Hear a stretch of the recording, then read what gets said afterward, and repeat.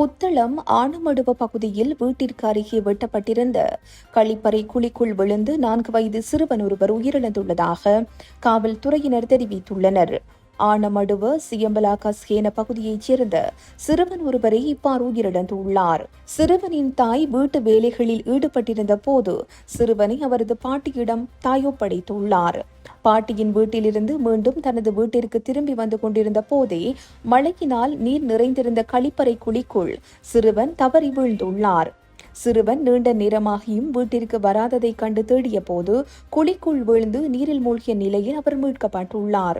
உடனடியாக மருத்துவமனைக்கு கொண்டு செல்லப்பட்ட போதிலும் அவர் ஏற்கனவே உயிரிழந்து விட்டதாக வைத்தியர்கள் தெரிவித்துள்ளனர். இந்த சம்பவம் தொடர்பான மரண பரிசோதனை மேற்கொள்ளப்பட்ட போது நீரில் மூழ்கியமையாலேயே மரணம் சம்பவித்துள்ளதாக உறுதிப்படுத்தப்பட்டுள்ளதாக ஆனமடுவ காவல்துறையினர் தெரிவித்துள்ளனர். இந்நிலையில் பெற்றோர்கள் மற்றும் பாதுகாவலர்கள் தமது பிள்ளைகள் தொடர்பில் மேலதிக அவதானத்துடன் இருக்குமாறு காவல்துறையினர் வலியுறுத்தியுள்ளனர்.